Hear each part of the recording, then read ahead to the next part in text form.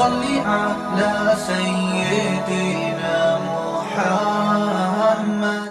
আর আমাদের আসল আলোচনা শুরু হবে, যেহেতু রমজানের মাস ছিল, বিভিন্ন মাসালা আমাদের বলার দরকার ছিল বলে আমরা আলোচনা করেছি। সেই জন্য ধারাবাহিক তফসির যেটা আমাদের চলতো আয়সা মসজিদে, সেটা বন্ধ ছিল। আজকে শুরু করব ইনশাআল্লাহ আল্লাহ তাআলার নাম নিয়ে সূরা কিয়ামার তফসির। আর সূরা কিয়ামা মক্কি সূরা, আর মক্কি সূরাতে আল্লাহ সুবহানাহু ওয়া তাআলা তৌহিদ, রিসালাত আর আখিরাতের কথা বেশি আলোচনা করেছেন। খাস তরের উপরে তৌহিদ, রিসালাত আর আখিরাতের উপরে বেশি আলোচনা করেছেন, যেহেতু মক্কার জিন্দগিতে রসুল করিম সাল্লাল্লাহু আলাইহি সাল্লাম যখন ইসলামের দাওয়াত নিয়ে এসেছিলেন, তখন ইমানের মৌলিক বিষয় হচ্ছে তিন: তৌহিদ, রিসালাত আর আখিরাত।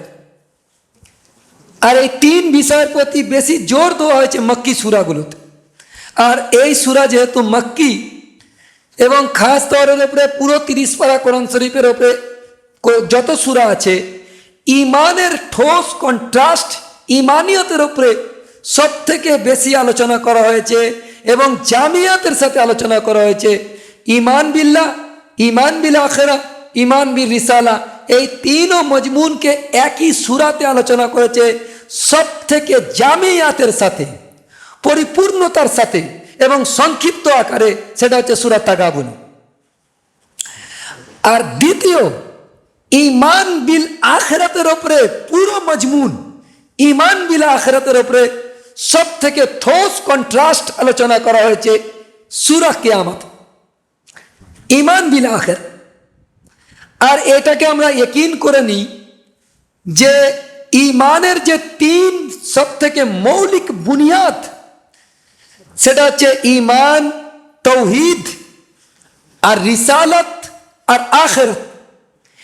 এই তিন ইমানিয়াতে সালাসা, ইমানিয়াতে সালাসার রিলেটিভ ইম্পর্টেন্স, অর্থাৎ সম্পর্কের বুনিয়াদে এই ইমানের সাথে যে তিন বিষয় আছে, তার সাথে একটার সাথে একটা সম্পর্ক, এই বুনিয়াদকে যদি হাইলাইটস করে আমরা দেখি বা এই কন্ট্রাস্টে রেখে আমরা আলোচনা করি, তখন বোঝা যাবে উসুলি ঈমান এবং মৌলিক ঈমানের দিক থেকে যদি কন্ট্রাস্টে নিয়ে আসি, তখন আহম আর গুরুত্বপূর্ণ সব থেকে বেশি হবে ঈমান বিল্লাহ, অর্থাৎ তৌহিদের উপরে ঈমান, আল্লাহর প্রতি ঈমান।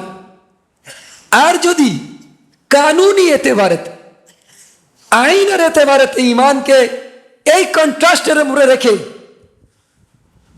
যদি আমরা আলোচনা করি, তখন সব থেকে গুরুত্বপূর্ণ ঈমান, ঈমান বিল রিসালা। কারণ কানুন কি? ঈমান আমি পেয়েছি কোত্থেকে? কানুন সওয়াল করবে আপনাকে, কোথা থেকে আপনি ঈমান পেলেন? তখন দলিল কি হবে? আল্লাহ আমার কাছে এসে বলে গিয়েছে? দলিল হবে মুহাম্মদুর রাসূলুল্লাহ সাল্লাল্লাহু আলাইহি ওয়াসাল্লাম আমাদেরকে যে খবর জানিয়েছে, সেই খবরের উপরে আমি পূর্ণ ইয়াকিন করেছি, তো এটা হচ্ছে ঈমান বিল রিসালা। সেটা ঈমানের আহমিয়াত। কানুনি এতেবারেতে সব থেকে বেশি আহমিয়াত কোন ঈমানের? ঈমান বিল্লাহ নয়, ঈমান বিল আখিরাতও নয়, কানুনি এতেবারে ঈমান বিল রিসালা। কেন? ঈমান কি? तस्दीक बिमा जा बिही नबी सल्लल्लाहु अलैहि वसल्लम, हर वही चीज के सत्यायन করেছি যা মুহাম্মদুর রাসূলুল্লাহ সাল্লাল্লাহু আলাইহি ওয়াসাল্লাম আমাদের কাছে পৌঁছে দিয়েছে।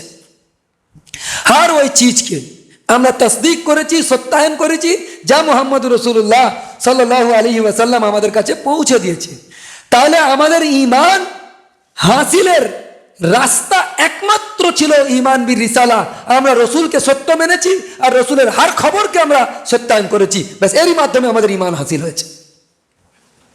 হার খবরকে, কোরআনকে সত্যায়ন করেছি রসুলের খবর হিসাবে। রসুল আমাদের কাছে কোরআন নিয়ে এসেছে, আমরা বারাহরাত ফেরেশতা জিবরাইল থেকে কোরআন পাইনি।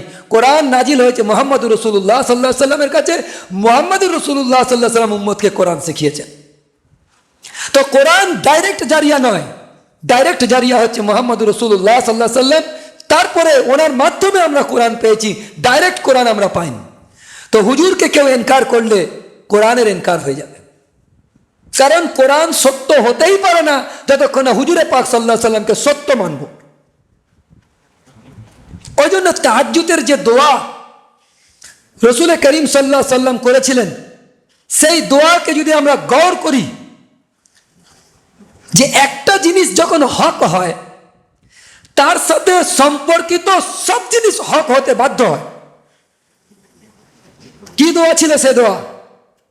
আল্লাহুম্মা আনতাল হক ওয়াদাকাল হক ওয়া লিকাকাল হক ওয়াল জান্নাতু হক ওয়ান নারু হক ওয়ান নাবিয়্যিনা হক ওয়াল কিতাবু হক। যখন আল্লাহ হক, তখন আল্লাহ পাকের ফেরেশতা হক। যখন আল্লাহ পাকের ফেরেশতা হক, আল্লাহর নবী হক। তা আল্লাহর নবী যখন হক, নবীর উপরে যে কিতাব নাজিল হয়েছে কিতাব भी হক। ये পুরো একটার সাথে একটা জড়িত আছে অঙ্গাঅঙ্গি ভাবে। তো একটা জিনিসকে হক মেনে নেওয়া আর পরপর তার সাথে সম্পর্কিত সব জিনিসকে হক মানতে হবে। আল্লাহ হক, আল্লাহুম্মা আনতাল হক ওয়াদাকাল হক, আল্লাহর ওয়াদা হক, ওয়া লিকাকাল হক ওয়াল জান্নাতু হক ওয়ান নারু হক ওয়ান নবিয়্যুনা মুহাম্মাদুন সাল্লাল্লাহু আলাইহি ওয়াসাল্লাম হক। हर चीज ওর সাথে যুক্ত হচ্ছে, সব হক হক হক, সব হক। তো এই জন্যে কানুনি এতেবারেতে যে ইমানের গুরুত্ব, রিলেটিভ ইম্পর্টেন্স, আমি আরেকবার পয়েন্ট নোট করাতে চাইছি যে ইমানিয়তে সালাসার ক্ষেত্রে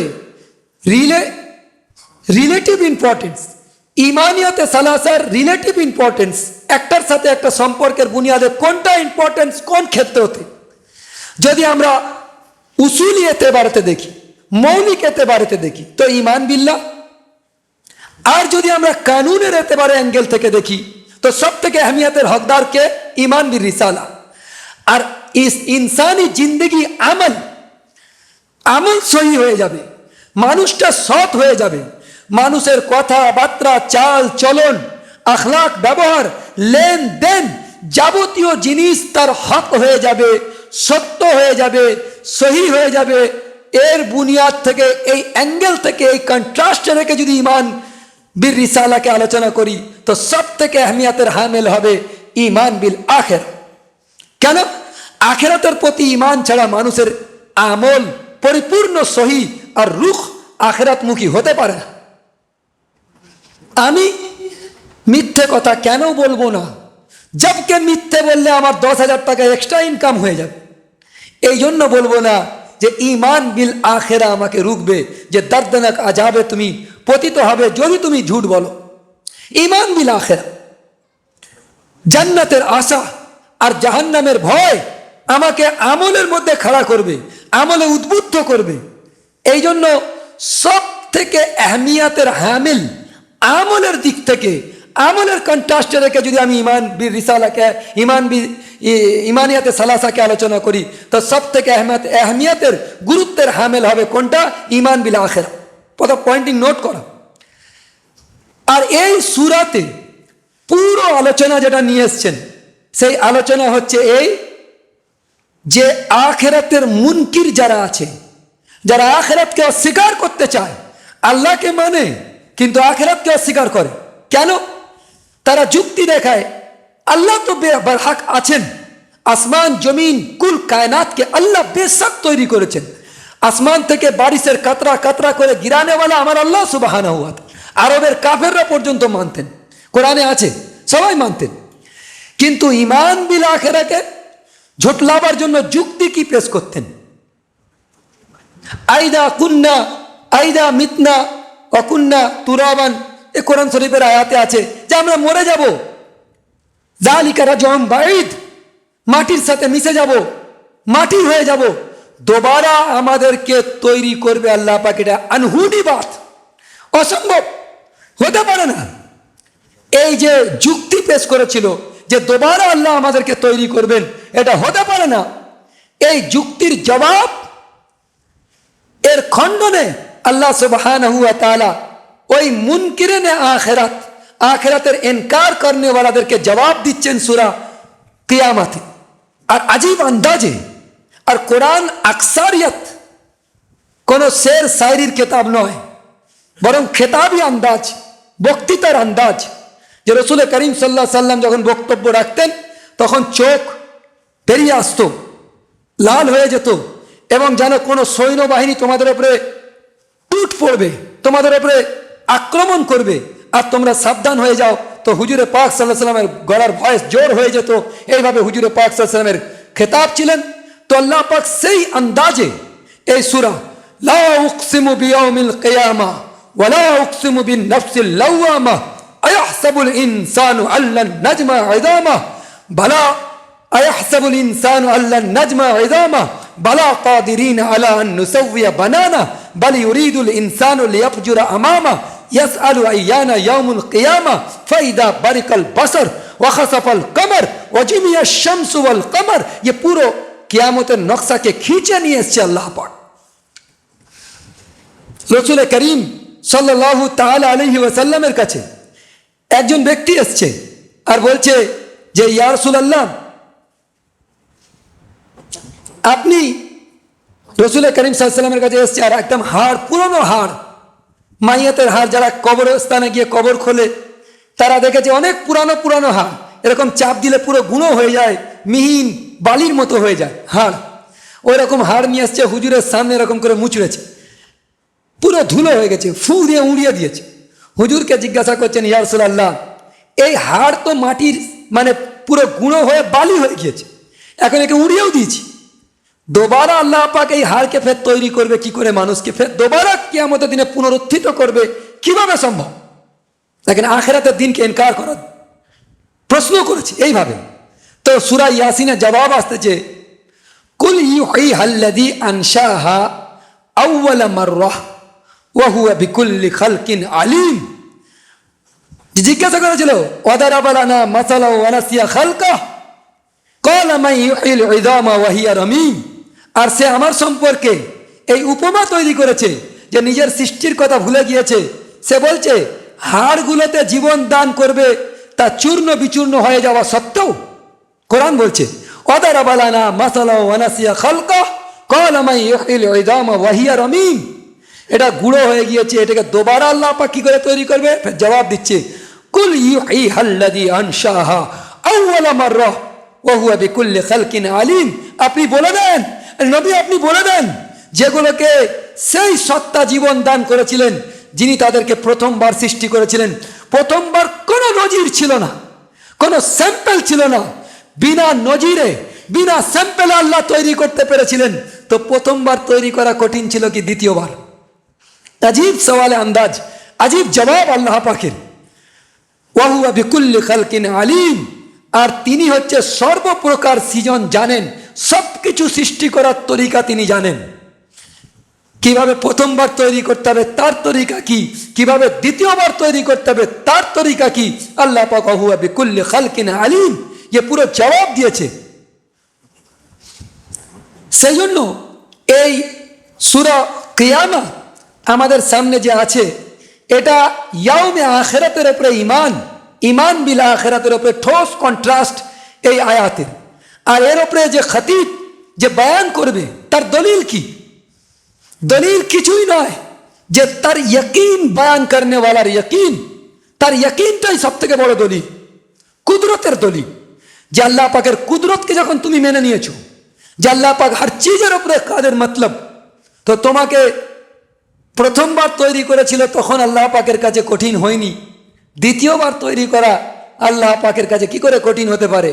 তারপরে আল্লাহ পাকের কাছে না দ্বিতীয়বার কঠিন না প্রথমবার কঠিন, কোনোটাই কঠিন না। আর উসুলি ইস্তেদলাল যেটা আছে সেটা খুব খাফি আন্দাজে দলিল পেশ করেছেন।